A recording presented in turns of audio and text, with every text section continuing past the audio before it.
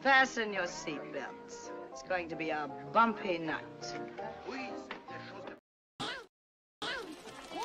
But tell me, Eddie, is that a rabbit in your pocket or are you just happy to see me?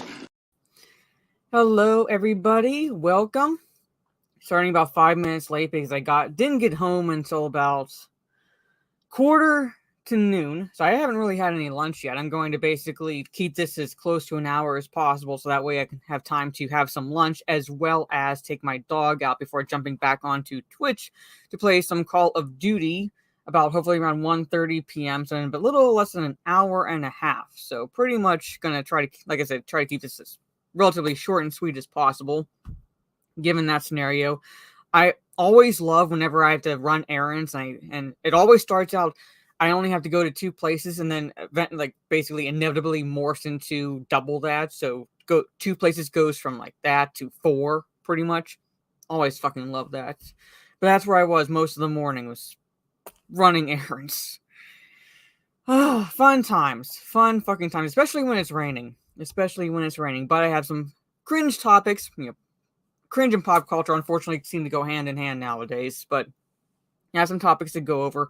One of which is on the Bounding into Comics site. Now, for those who aren't aware, there's a Peter Pan and Wendy live action from Disney happening, and one of the stars, Yara Shahidi, responded to the criticism of the basically continued race swapping by Disney, saying, quote, "People think of diversity and inclusion as threatening or jeopardizing the quality of the story instead of seeing how beautifully they can be interwoven." And to that, to someone such as myself who has watched movies, from pretty much every fucking decade, all right? So I've seen plenty of diversity and inclusion. To that I say, no fucking shit.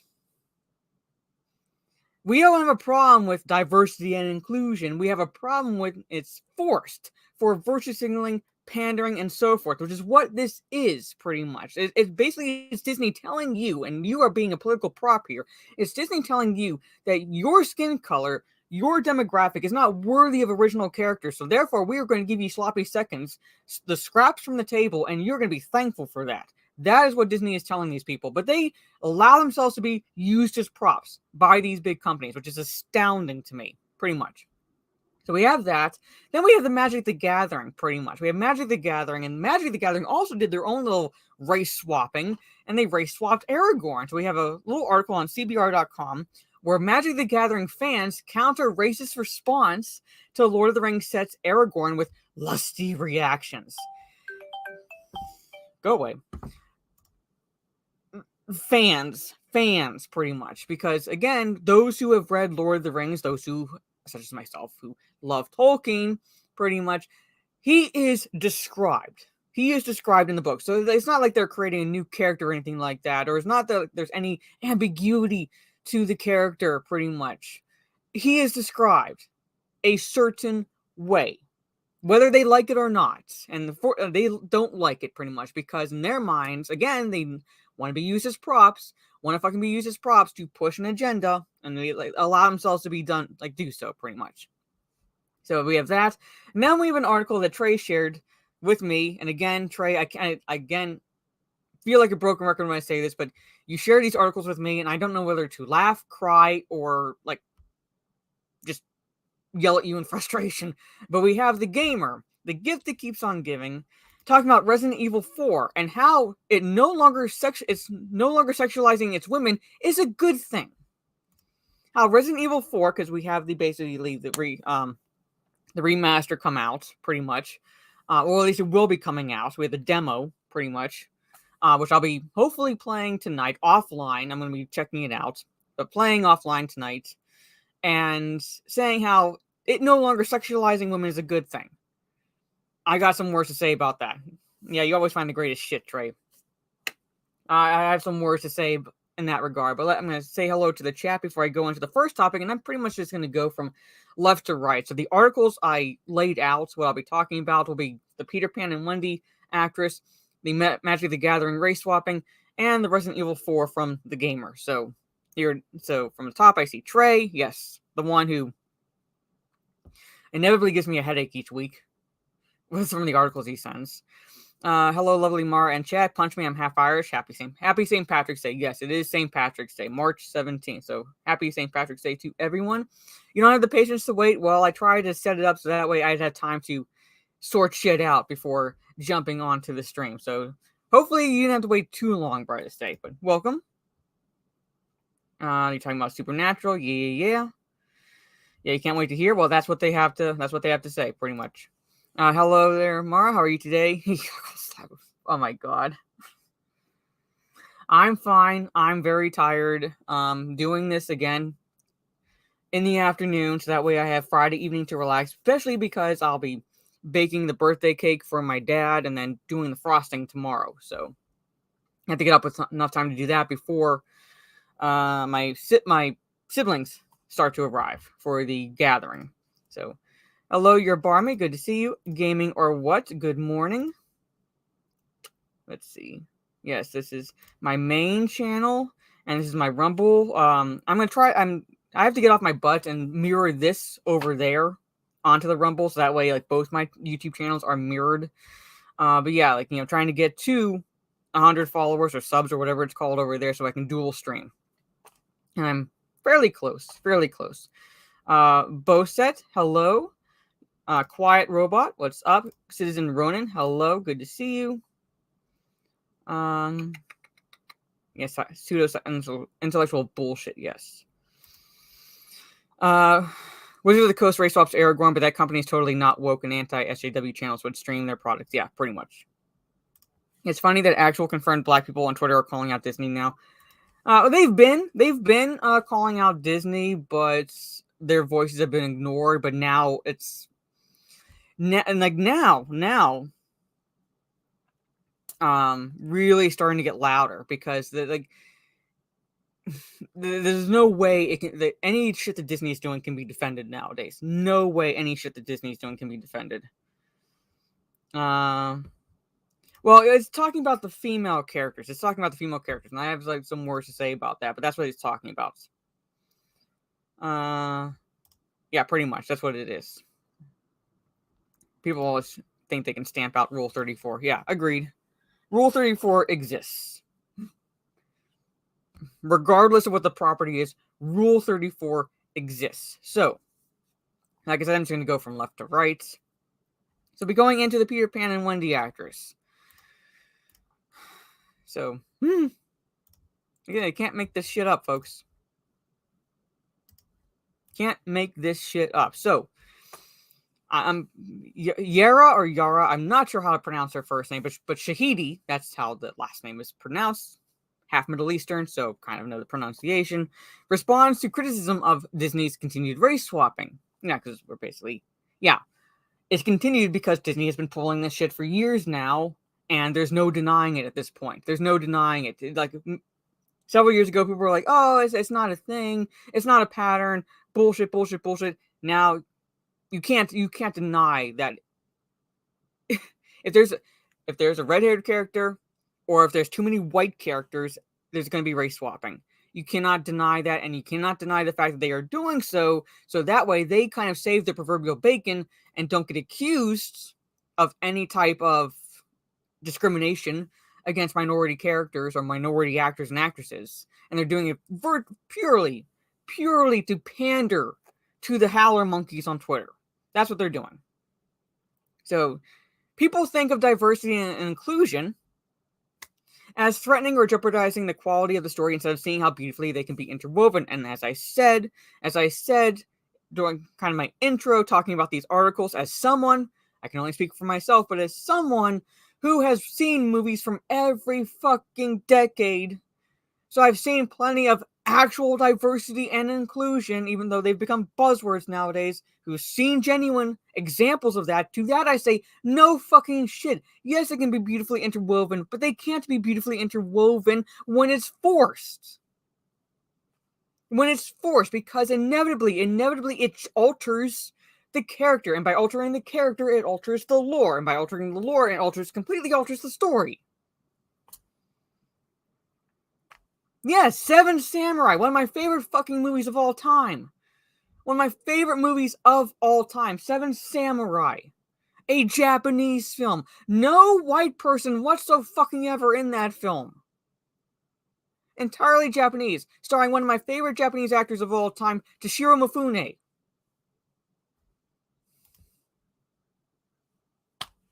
But there's never been any diversity and inclusion until now. And Bill just comes in and says, boobs, hello. So, hey, Megatron and Redhead Redemption, yes, pretty much. Mulan, yes. But anyway, let's just go right into this. Let's just dive right into this stupidity, pretty much. According to actress Yara Shahidi, audiences are growing ever more vocal in the rejection of Disney's penchant for race swapping, not because they're tired of the company's transparent efforts at virtue signaling. Yes, that's exactly the fucking reason why it is, but moving on, but rather because they are unaware. Yes, we are so unaware. We need to be guided by the Disney elites in their ivory towers because we're unaware of how such diversity and inclusion efforts can be interwoven together to create something that impacts even more people. To that I fucking say, bull fucking shit. No fucking shit, Sherlock.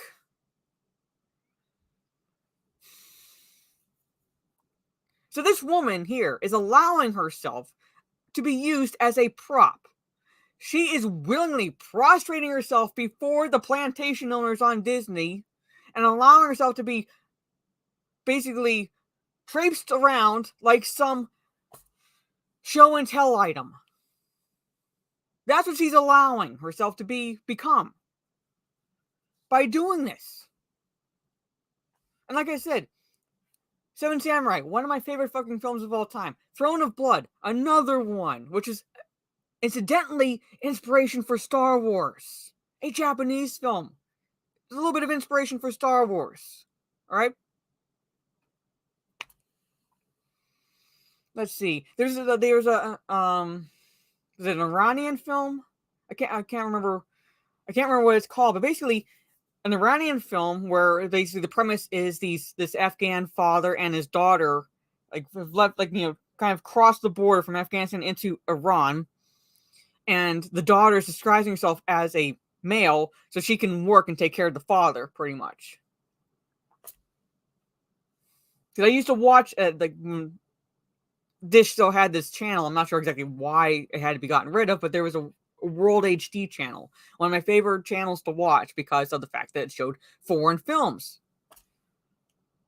I think there's another Iranian film called Children of Heaven, pretty much, where not the overall necessarily premise, but one of the premises in the movie itself is this brother and his little younger sister have to share shoes because their family is poor. So the brother will come home in the morning after he's gone to school, take his shoes off, give them to his sister so she can wear them, pretty much. So he enters this race.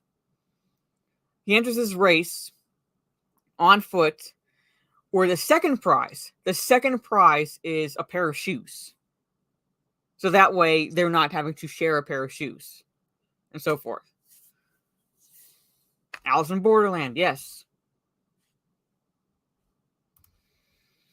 Shahidi, who is currently set to appear as a race-swapped version of the Pixie Tinkerbell and Disney Plus upcoming Peter Pan and Wendy live-action remake, offered her thoughts on the growing cultural cynicism towards identity politics during a recent conversation with The Hollywood Reporter. Yes, there is definitely there's always been a cynicism, but there's definitely growing because of the fact that there's no denying that's purely for this identity politics.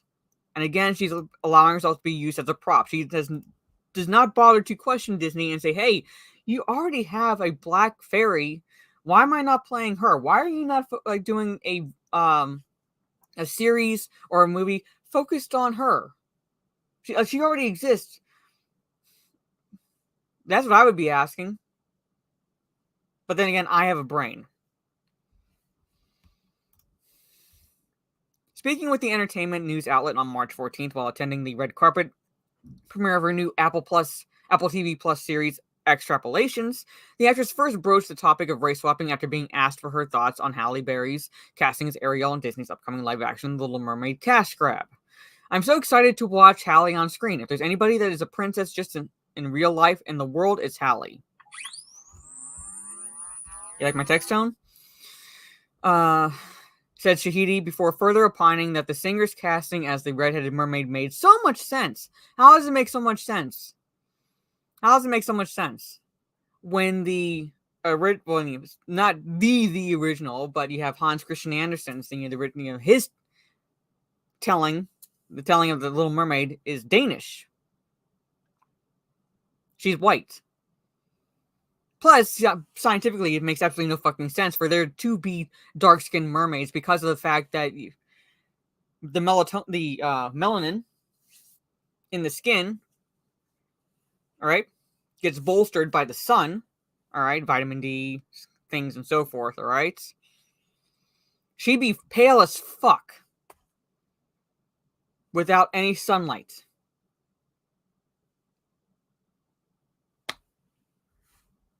And she'll just recharge, yes.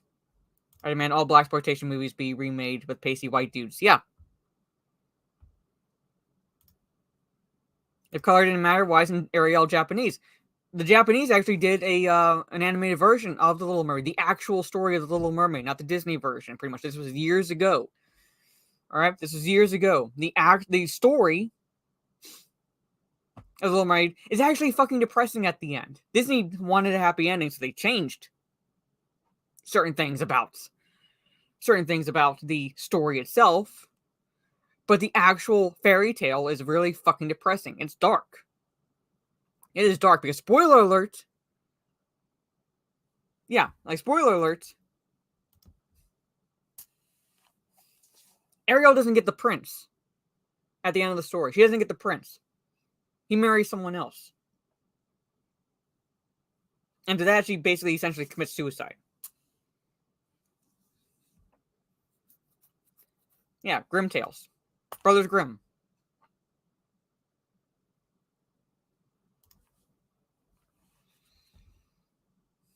Aladdin.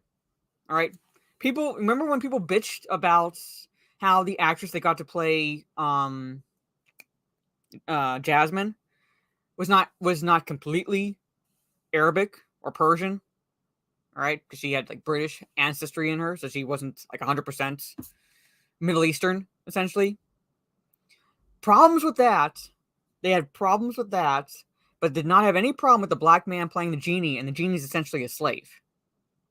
All right. Now, if they at all cared about any faithfulness to source material, let's say, Aladdin is actually a French story, written by a French author, all right, set in China. Originally set in China.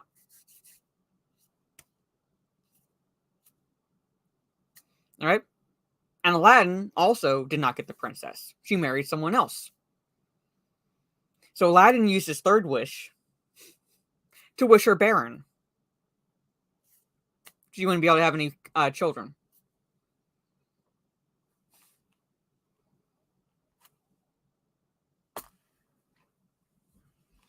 That's the story. That's the story. But they don't care about that. They don't care about that. Yeah, she turns to see. I'm saying she essentially like commits suicide, pretty much. Yeah, the original story for Sleeping Beauty is fucked. Cinderella, original story had the ugly stepsisters cutting off their toes to fit into the shoe. Dark as fuck. But look, I'm sorry. Nothing against this actress, but nothing about it says princess in real life. I'm sorry. Turning to the widely poor reception both her and Hallie's respective race swappings had amongst fans, Shahidi not only agreed with the outlet's framing that this response was purely based in racism. Okay, Shaft, Blade, Luke Cage, Spawn. I'm just naming action stars or comic book iterations, pretty much. Vixen, Storm, Pam Grier. Oh my fucking god! Or Samuel L. Jackson, Denzel Washington, Sidney Poitier. Yeah, Michael J. White.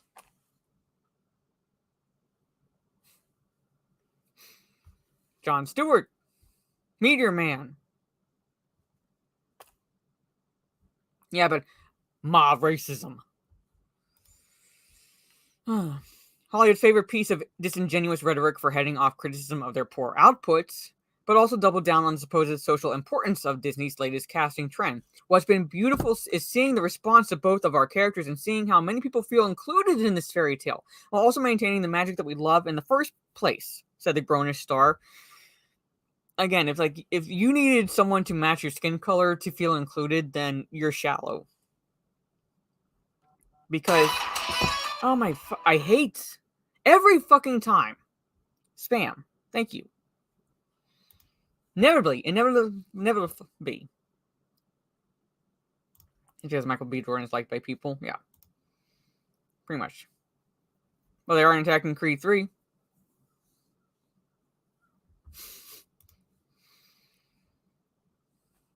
I think oftentimes people think of diversity and inclusion as threatening or jeopardizing the quality of the story. No.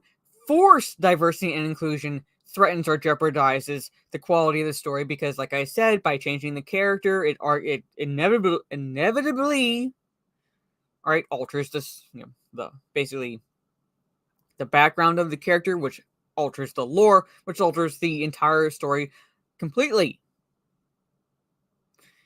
People who defend this shit, and people who defend the shit, and then you turn around and you go, okay, fine. And if you're fine with this race swapping, then you should be perfectly fine with the white Black Panther, because there are white Africans.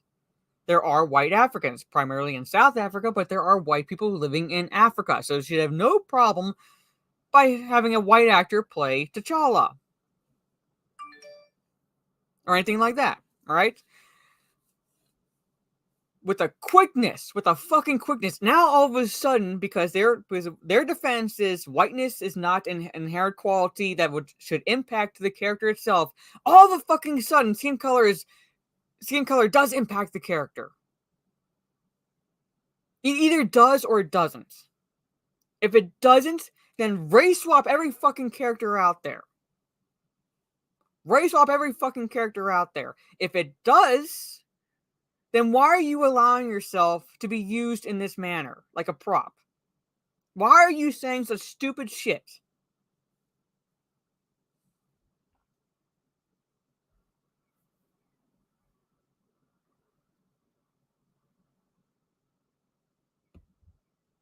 Bring him back to play Black Panther.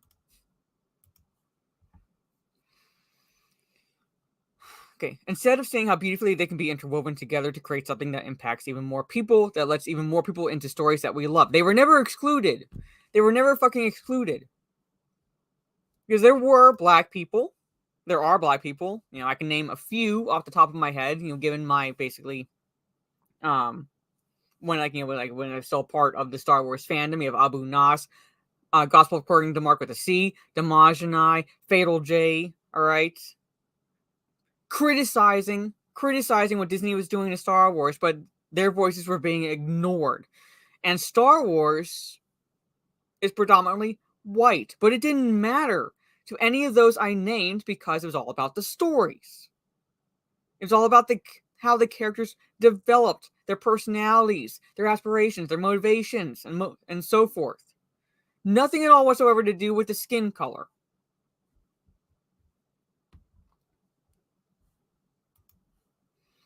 Notably, Shahidi is not the first of the two Disney actresses to throw their support behind all critics of racist narrative, reflecting on the public's noted and widespread rejection of The Little Mermaid's first teaser trailer because it fucking sucked. A response largely fueled by the terrible quality of the film's visuals and Disney's decision to once again play into identity politics by race-swapping one of their classic characters rather than the presence of a black person specifically. During a February interview with the fashion magazine, holy fucking run-on sentence. The Face, Bailey asserted, I know people are like, it's not about race, but now that I'm her,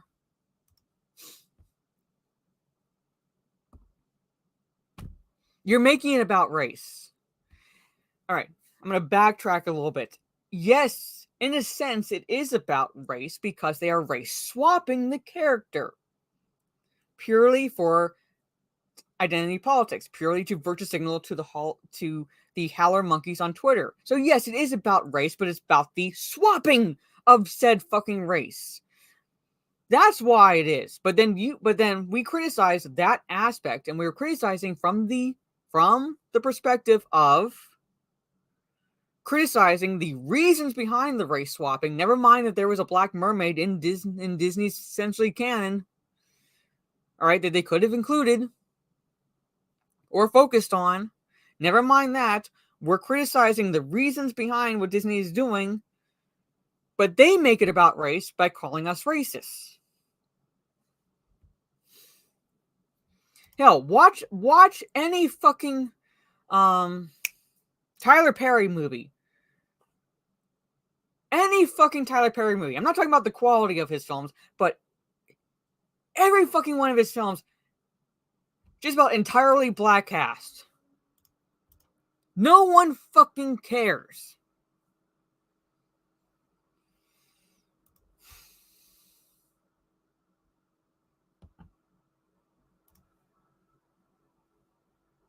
Hell, I'm pretty much going to turn into Medea when I get older. When I say that, I mean personality.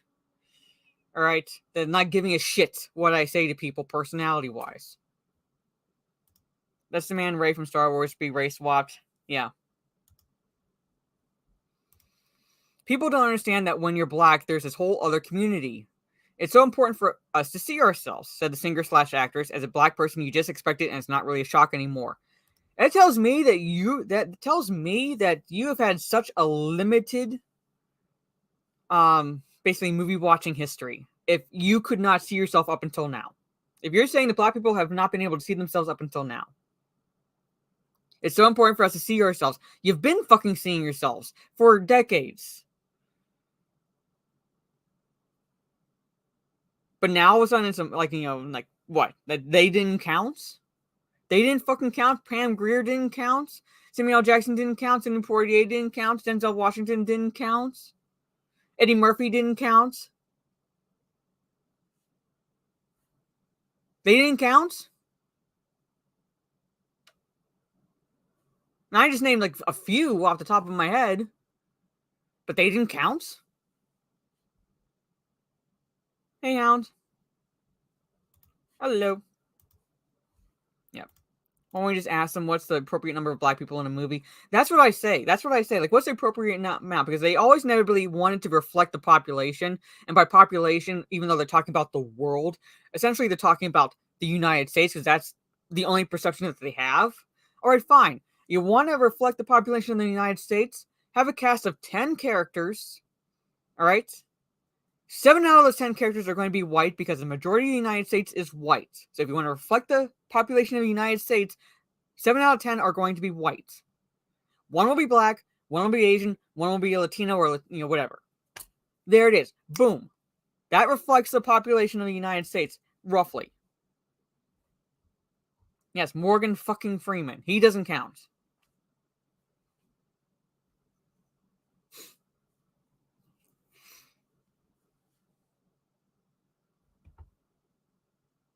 Yeah.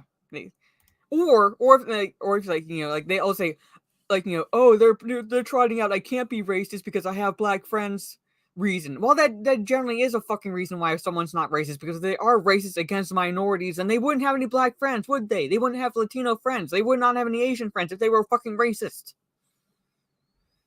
These people are fucking retarded.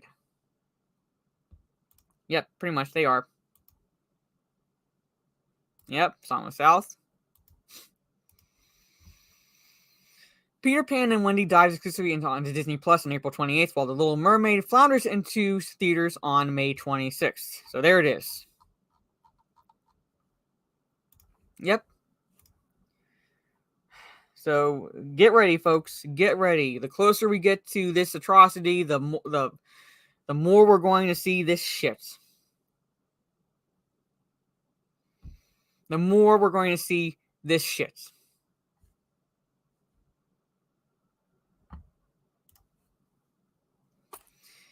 I have no, is this?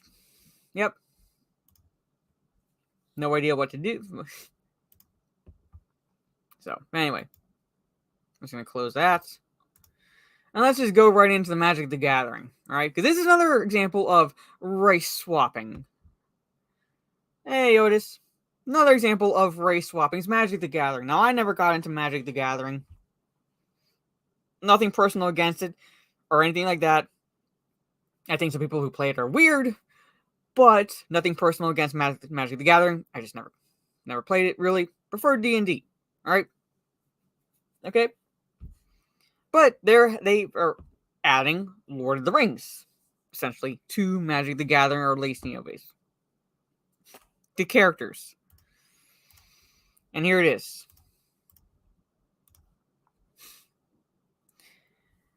That's Aragorn.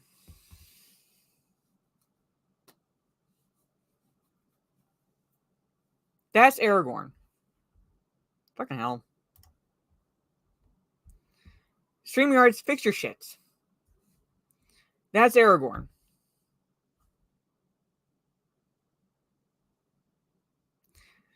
Magic the Gathering fans counter racist response to Lord of the Rings set's Aragorn with lusty reactions. Yep.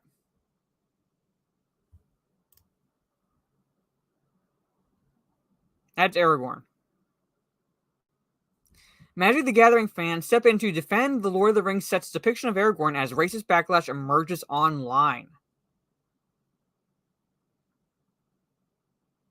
Aragorn, yes. Aragorn, yes.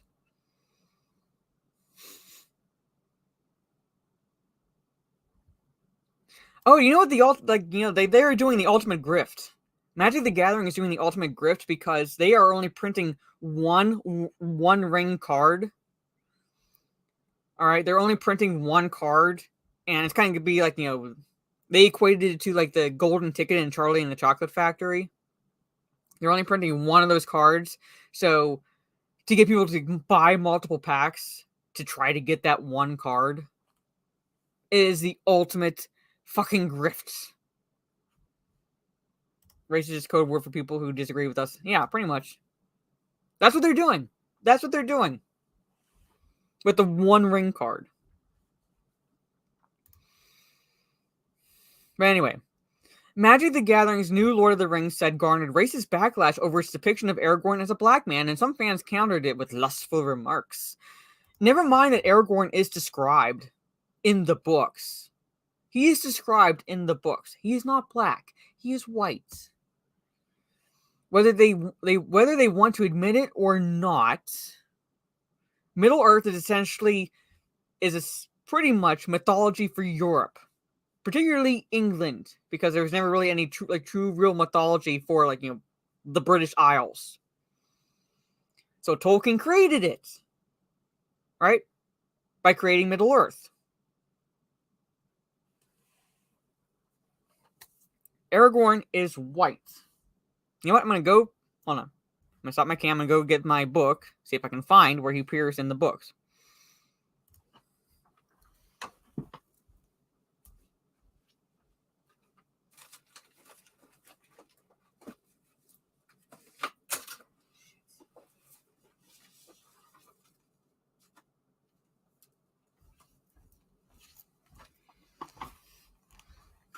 All right.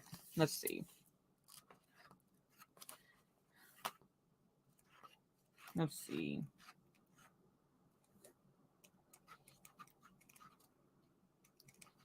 Yeah.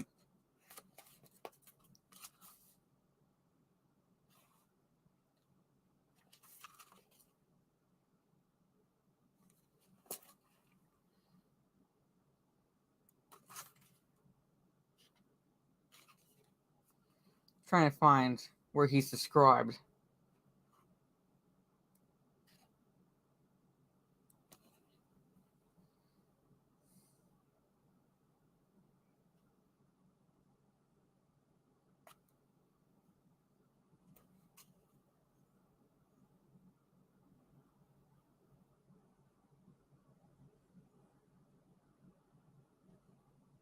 Alright, I'll find it pretty much. But anyway, he is not black. Next photo will be half Hobbit, half dwarf, yes. Shortly following Wizards of the Coast's reveal of its upcoming Lord of the Rings set, some fans of the TCG went on social media to express outrage over making one of Middle-earth's most iconic characters a black man. Most tried to argue that their anger was justified due to Tolkien's Norse basis for the world. Yes. No, that is not trying to argue. That is arguing. That is arguing with facts. It is a Norse basis. Hell, Gandalf, right? The way he's described, Gandalf the Grey. Look up how Odin disguises himself when he walks amongst the humans, right? Odin, Allfather, Norse mythology, pretty much. Look up how he's described when he's trying to blend in and walk amongst the humans, right? And then tell me where Gandalf, his description is inspired from, all right? For the world, while others claimed Wizards of the Coast had tokenized Aragorn, they did. Both facts. In response, many fans posted thirst comments about Magic the Gathering's Aragorn design. What is it with these fucking Tumblr tards on Twitter?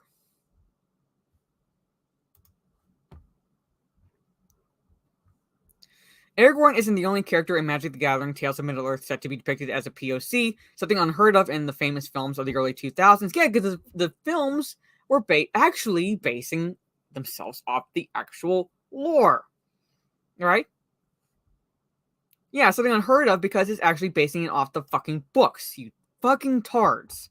The racist backlash extended to Wizards of the Coast designs for Galadriel and Eowyn, who are also black. Its depiction of mixed-race couples such as Aragorn and Arwen. First off, you fucking spelled her name wrong. Who wrote this? What tard wrote this? Julia Anderson. Julia Anderson. Arwen is Arwen, you fucking tard woman. Arwen. Arwen. Not Arwin. Arwen. God, my gender is fucking stupid. Also received flack from the same group. However, countering the racism directed at these cards, fans expressed enthusiasm for an inclusive version of Lord of the Rings cast. I hate these people. Wizards of the Coast previously announced the upcoming Tales of Middle-earth set during its first ever Wizards Presents in August 2022, which I covered. I know I covered. Because this is like not, this whole thing like broke like late last year. So this is like not new news pretty much. But now they're like dredging up this narrative again because people have a problem with this shit as they have had since this was announced back in late last year. There it is. Recently announced his first batch of Magic the Gathering Lord of the Rings cards would launch on June 23rd with another drop on November 3rd. So Tales of Middle-earth is modern, legal, and includes a starter kit, 4 commander decks, draft, set, collect. I don't fucking care. I don't play Magic the Gathering. All right. So there it is. Why is my gender so stupid sometimes? Even more, yeah. Yeah. All started right there. Next to the Grey and Gandalf will be considered as racial. Yeah, pretty much. Trans elf. Yeah, Frodo will be an elf. Yeah.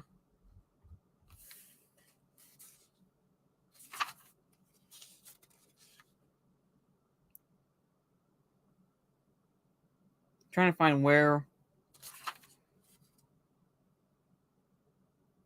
Anyway, here. Anyone have the books? Chapter 9 at the Sign of the Prancing Pony. And there literally is a fucking chapter called Strider, which is what Aragorn is known as. Strider. But there it is. Even though, like, again, like they say this, but they don't show examples of these lustful remarks. I wanted to make fun of that shit, but they don't show any examples. They just talk about like the same bull fucking shit narrative that, you know, again, like, you know, we must be racist because we're criticizing how disrespectful to the actual Lord this shit is, but, you know, they had to pull out the mob racism cards pretty much.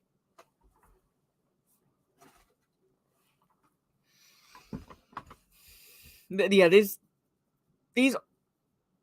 I would be genuinely surprised if this does well. I would genuinely be surprised. I would even have a heart attack, I think, if this does well. I doubt it will. I very much doubt it will. Doubtful McDonald. I don't think so. I don't think so. I think they'll do it. But anyway.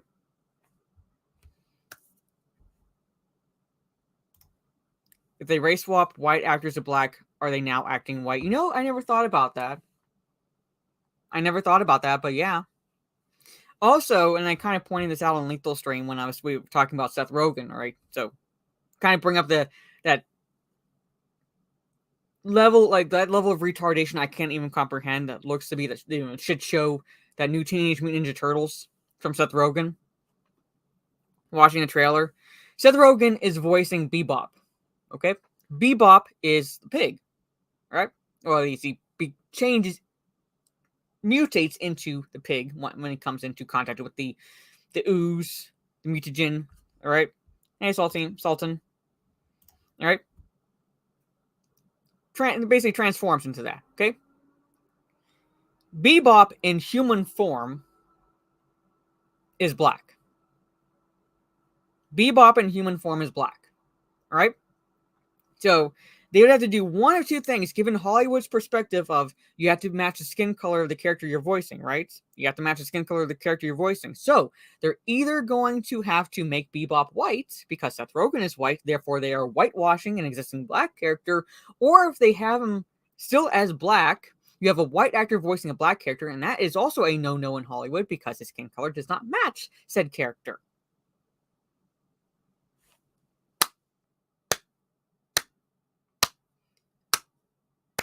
Hypocrites.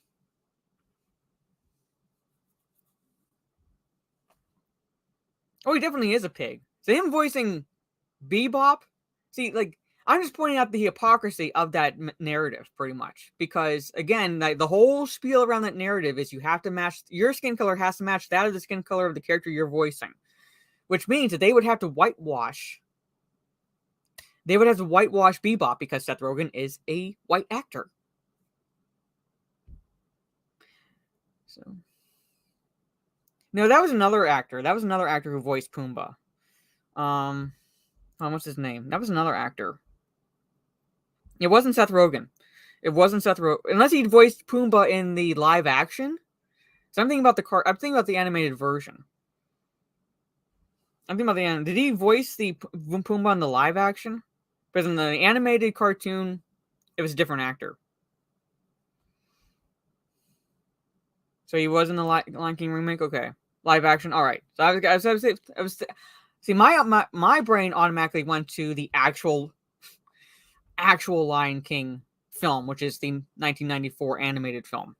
And I'm like, no, that was a different actor, but okay. Well, he's at least consistent in voicing pigs. But anyway. So let's talk Resident Evil 4, essentially. Another gem from TheGamer, and how Resident Evil 4 no longer sexualizing its women is a good thing. No longer sexualizing its women is a good thing. From none other than Jade King, the gift that keeps on giving. Like Jade and Stacy. Yeah. Yeah, Soul Assassin. Yeah, let's go into this. Resident Evil 4 Remake doesn't let you peek up Ashley Graham's skirts like in the original game. Back then, you could leave her on top of a ladder and aim upwards to eye her panties, only to be called a pervert as the young woman tries to cover herself up. I even remember seeing a cheat in a gaming magazine that suggested equipping a sniper rifle to get around the chastising. Alright, as a woman, I will say this. I don't fucking care.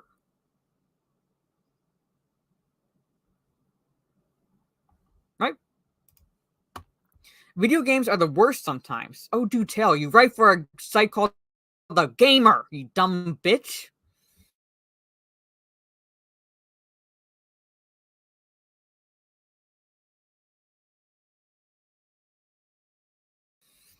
video baggage the medium carries when it comes to sexualizing female characters and often framing them in ways to make them appear vulnerable, weak, and perhaps worst of all, underage. So basically, she was educated. Jade was educated. All right, that's essentially what she's saying. All right, to that I say, make them appear vulnerable, weak, and perhaps worst of all, underage. Jill Valentine, Claire Redfield, Ada fucking Wong. To name just a few of the female characters from the Resident Evil franchise who are neither vulnerable, weak, or underage.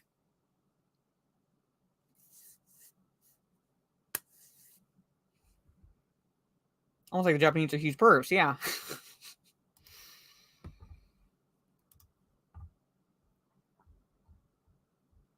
Ashley is 20 in canon, so she's not underage. She's not underage. She may look young, but she's not underage. So where are you coming from in this? Yet the most dominant fan conversation surrounding her personality concerns her being a teenager in over her head. Yet the most dominant fan... who the fuck cares? It's fan conversation, but in canon she's 20, so what problem do you fucking have? All you should be concerned about is the fact that she's not underage in canon.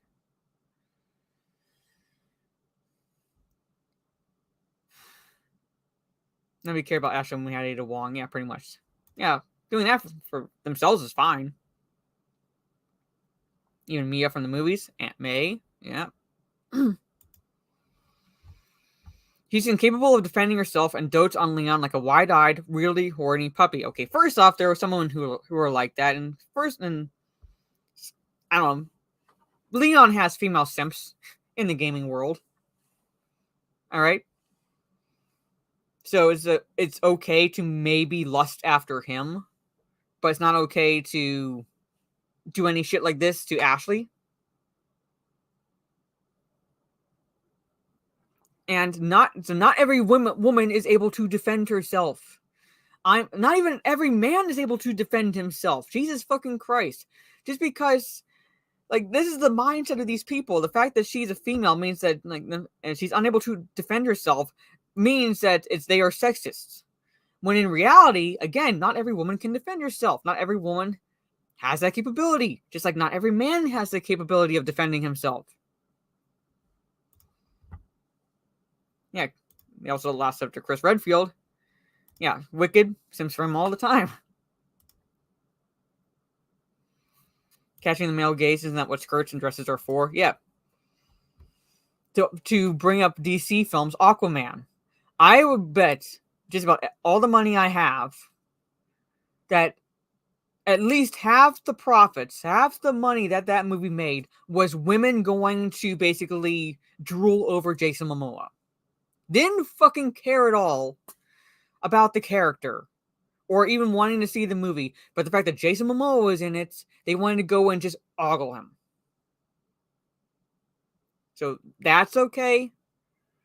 But God fucking forbid, there's a little Easter egg that allows you to look up in not underage characters' skirts, to which Leon is chastised for doing so. So it's a little bit of a campiness.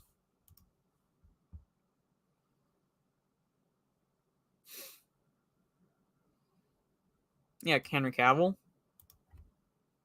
He's lost it over. Alright, it's gross and far from the series' first misstep when it comes to viewing women as tools for sexualization, forever inferior to their male counterparts. Again, to that I say Jill Valentine, Claire Redfield, Ada Wong. Nowhere in those three characters that I just fucking named are they anywhere inferior to their male counterparts. We want to keep Ashley safe because she's incapable of defending herself. So yeah, you want to keep her fucking safe. That's your mission. With Leon presented as an aggressive protector who demands this lady hide to the nearest bin while he takes care of everything. Yeah, because if she's out in the fucking open, she could get killed. So he's wanting to protect her, so he's going to tell her to get out of the line of fire so he can do his fucking job. Whenever Ashley is provided agency or is capable of forging her own path, the narrative is quick to have her captured or subject to suggestive comments and violence underlined by the very worst tropes.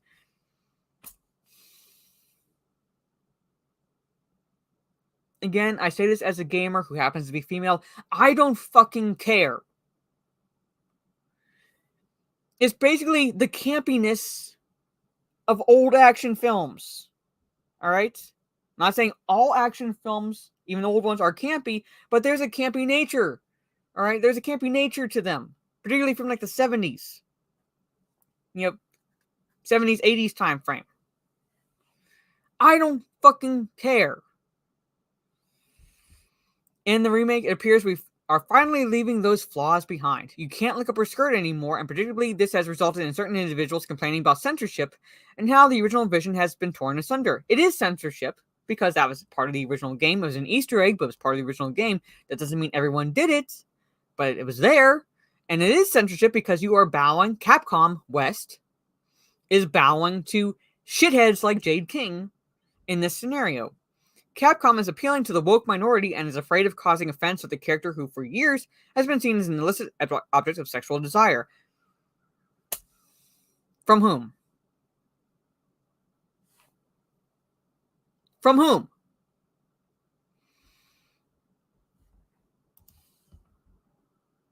See you, Biggles.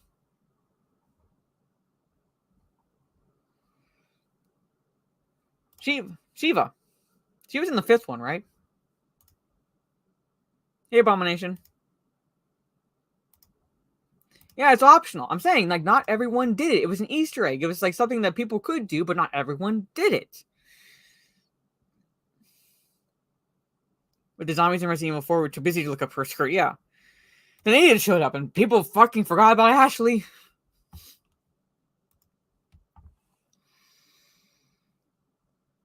Even Ashley's new design draws criticism for its less revealing appearance and potential empowerment. Well, because she doesn't... It's not because of her less revealing appearance. It's because she doesn't even look like how she used to look. Her plaid skirt is now a skirt. I hate that I hate that invention for female clothes. A skirt. While a thicker coat both keeps her warm and doesn't pay attention to her chest as much. So stunning and brave, Capcom. It makes sense, reinforcing the sense of authority she might carry as the daughter of the president and a willingness to defend herself when danger rears its head. So basically, they're completely... If this is the case, now, I don't... they only have the demo, so I can't say this for certain. But the game comes out next week. Or this coming week, pretty much. Right? Are they going to completely alter the character to the point where she is able to defend herself? In which case, then what's the point of... Really, what's the point of Leon? Are they going to do that?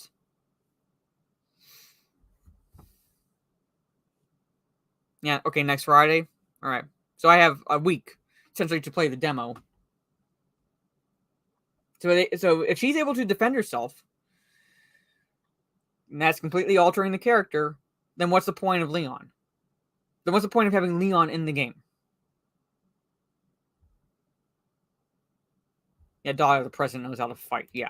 Yeah, right. From its trailers alone, Resident Evil 4 is making it abundantly clear that women deserve agency in a franchise where it has long been denied. I am like so... Oh my god, red flags. Now, this could be Jade King talking out of her ass. But if this is at all true, oh my god. And they're completely altering the story if this is the case. I'm saying it could be talking out of her ass. I did not watch the trailer or trailers, but... And those who believe it to be censorship are poised to be left behind. Her gameplay section has seemingly been overhauled too, and I'm eager to see if she's given the opportunity to rescue Leon this time around or voice a concern about the infection that slowly overwhelms her. Ashley isn't helpless anymore. Again, that completely alters the fucking story. If they've overhauled her gameplay.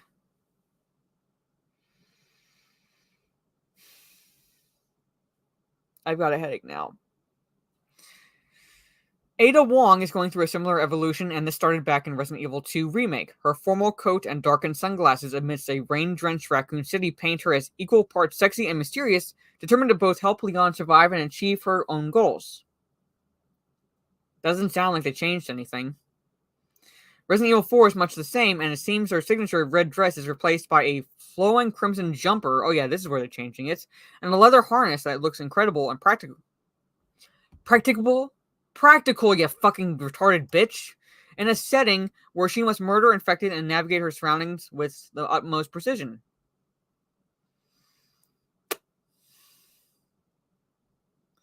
Well, now. And this is not Resident Evil. This is not Resident Evil now, is it?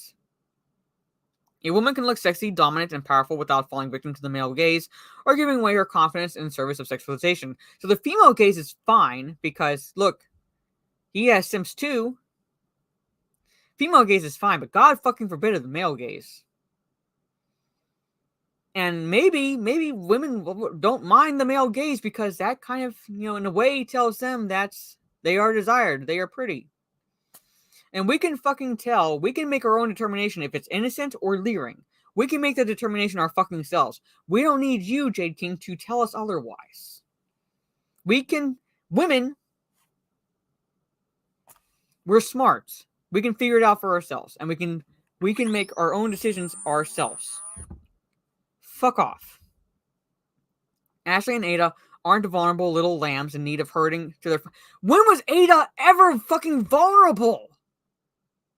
I'm sorry, I never really entirely got into the Resident Evil games, but I don't fucking remember Ada at all being vulnerable. When was she ever fucking vulnerable? When? Point out when Ada was ever fucking vulnerable. You fucking write for a site called TheGamer. And you are saying this retarded shit?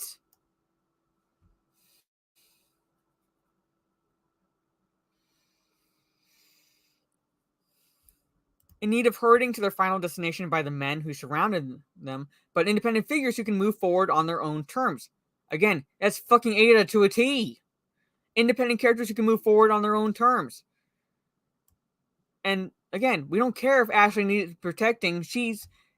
Not every woman can defend herself. Not every woman is like Ada. It's a far cry from the timid immaturity of Rebecca Chambers and nonsensical miniskirts once worn by Jill Valentine, who can kick fucking ass too. And so fucking what about Rebecca Chambers? Boys are muscular and well armored. Okay.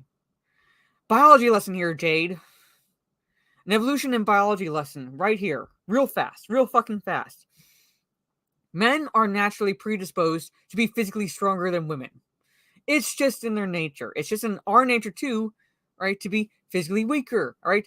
By an evolutionary standpoint, it's because that's if we are going off of the whole caveman aspect approach of evolution, men were the hunters, women were the gatherers. So men had to develop a natural strength and endurance to hunt.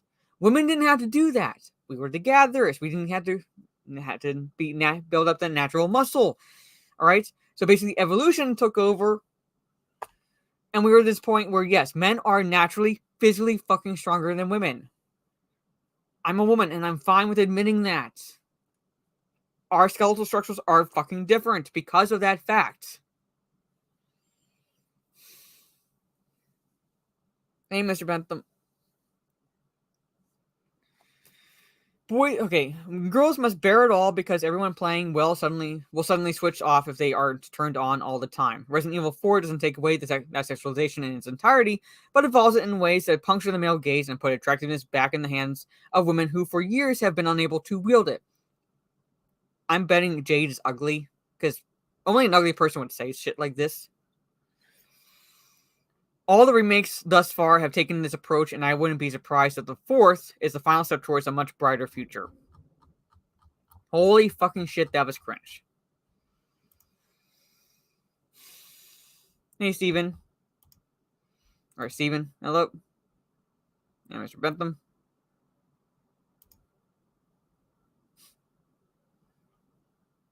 Only 4% compete with the average man on a physical level. Yeah.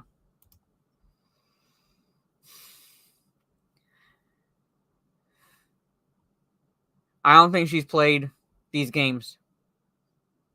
I don't think this author has played these games.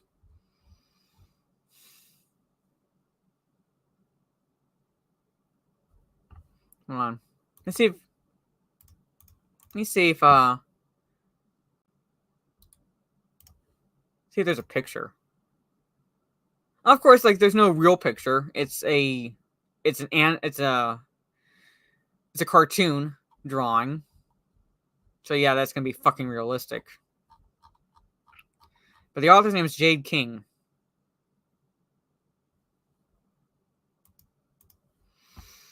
But there it is.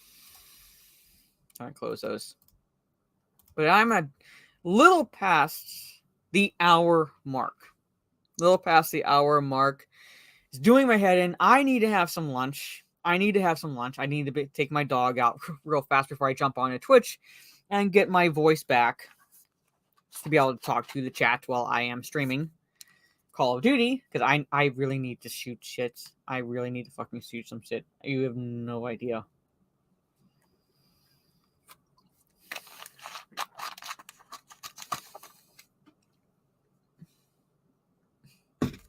Alright, I'll give you.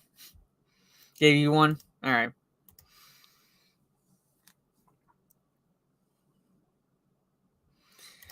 It's funny you say this.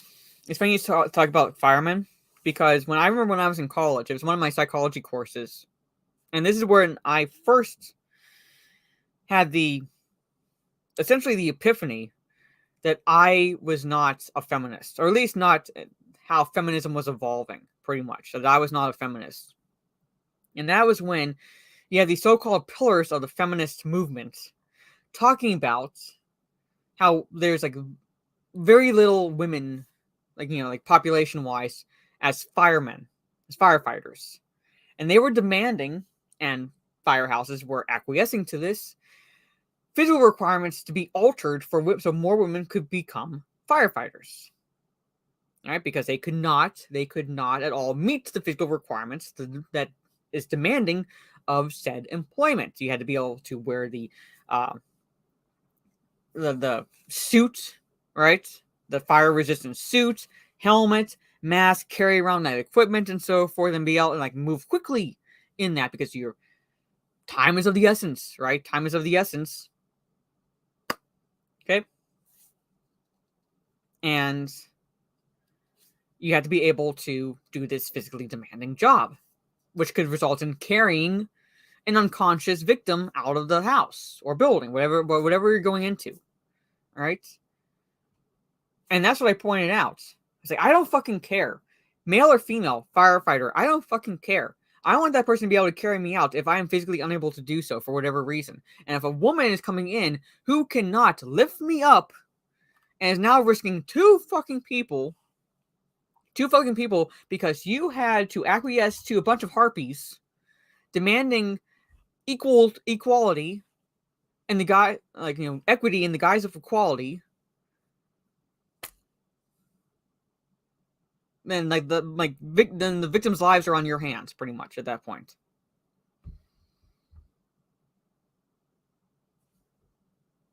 Yeah, struggling to knock down a door, which the guy took like one shot, pretty much.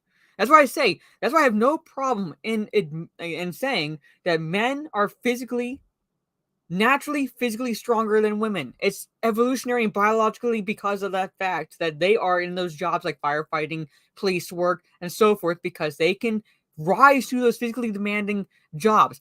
That's not to say that women cannot at all do that, but very few can, because we are generally physically weaker than our male counterparts, all right? So, checking my messages. There it is. All right. Found her. Oh my god, found her and stuff. Ugh. But anyway, so I'm going to start wrapping it up here, ladies and gentlemen. It is... Oh, like I said, I need time to eat. Yeah, I know she's trans. Well, I mean, she claims she's trans, pretty much. Claims she's trans, put it that way. What about Abby Smash? Yeah. But I need time to grab something to eat real fast, and I need to be able to take my dog out, and I have about 20 minutes to do both those things. So, thank you to everyone for hanging out with me during this solo stream. I'll be back next week doing the same thing.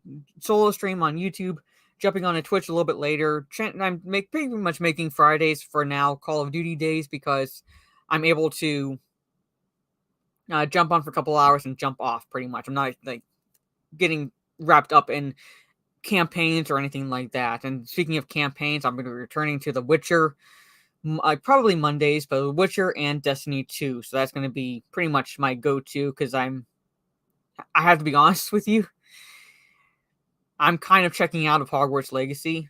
I played for over 2.5 hours and barely did anything constructive in that 2.5 hours of gameplay. And that says something. That fucking says something. But anyway, thank you all again. So see you all in about 20 minutes. And my Twitch is Jade_Fire. Here it is. Come hang out then. So I'll see you all next time. Take care, everyone, and peace.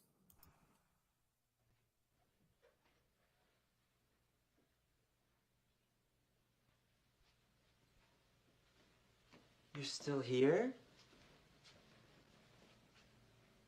It's over.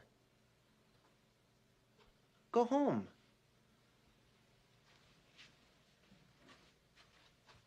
Go.